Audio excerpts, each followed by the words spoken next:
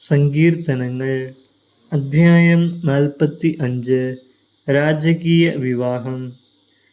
എൻ്റെ ഹൃദയത്തിൽ ഉദാത്തമായ ആശയം തുടിച്ചു നിൽക്കുന്നു.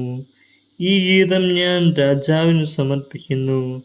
തയ്യാറായിരിക്കുന്ന എഴുത്തുകാരൻ്റെ തൂലികയ്ക്ക് തുല്യമാണ് എൻ്റെ നാവ്. നീ മനുഷ്യമക്കളിൽ ഏറ്റവും സുന്ദരൻ. നിന്റെ അധരങ്ങളിൽ വചോവിലാസം തുളുമ്പുന്നു. ദൈവം നിന്നെ എന്നേക്കുമായി അനുഗ്രഹിച്ചിരിക്കുന്നു. വീരപുരുഷ, മഹത്വത്തിൻ്റെയും തേജസ്സിൻ്റെയും വാൾ അരയിൽ ധരിക്കുക. സത്യത്തിനും നീതിയുടെ സംരക്ഷണത്തിനും വേണ്ടി പ്രതാപത്തോടെ വിജയത്തിലേക്ക് മുന്നേറുക. നിന്റെ വലത് കൈ ഭീതി വിതയ്ക്കട്ടെ. രാജശത്രുക്കളുടെ ഹൃദയത്തിൽ നിന്റെ കൂരമ്പുകൾ തരച്ചു കയറും. ജനതകൾ നിന്റെ കീഴിൽ അമരും. നിന്റെ ദിവ്യസിംഹാസനം എന്നേക്കും നിലനിൽക്കുന്നു. നിന്റെ ചെങ്കോൽ നീതിയുടെ ചെങ്കോലാണ്.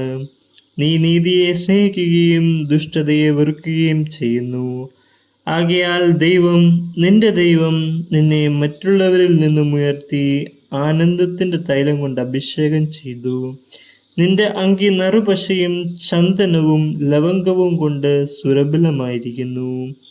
ദന്തനിർമ്മിതമായ കൊട്ടാരങ്ങളിൽ നിന്ന് തന്ത്രീനാദം നിന്നെ ആനന്ദിപ്പിക്കുന്നു.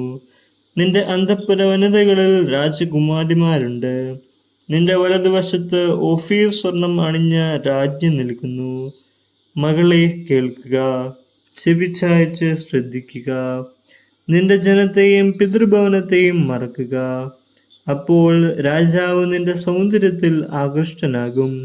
അവൻ നിന്റെ നാഥനാണ്, അവനെ വണങ്ങുക. ടയർ നിവാസികൾ നിന്റെ പ്രീതി കാംക്ഷിച്ച് ഉപഹാരങ്ങൾ അർപ്പിക്കും. ധനികന്മാർ എല്ലാവിധ സമ്പത്തും കാഴ്ചവെക്കും. രാജകുമാരി സ്വർണ്ണക്കസവുടയാട ചാർത്തി അന്തഃപുരത്തിൽ ഇരിക്കുന്നു.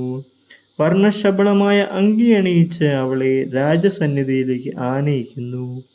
കന്യകമാരായ തോഴിമാർ അവൾക്ക് അകമ്പടി സേവിക്കുന്നു. ആഹ്ലാദഭരിതരായി അവർ രാജകൊട്ടാരത്തിൽ പ്രവേശിക്കുന്നു. നിന്റെ പുത്രന്മാർ പിതാക്കന്മാരുടെ സ്ഥാനത്ത് അവരോധിക്കപ്പെടും. ഭൂമിയിലെങ്ങും നീ അവരെ അധിപതികളായി വാഴിക്കും. തലമുറ തോറും നിന്റെ നാമം കീർത്തിക്കപ്പെടാൻ ഞാൻ ഇടയാക്കും. ജനതകൾ നിന്നെ എന്നേക്കും പ്രകീർത്തിക്കും.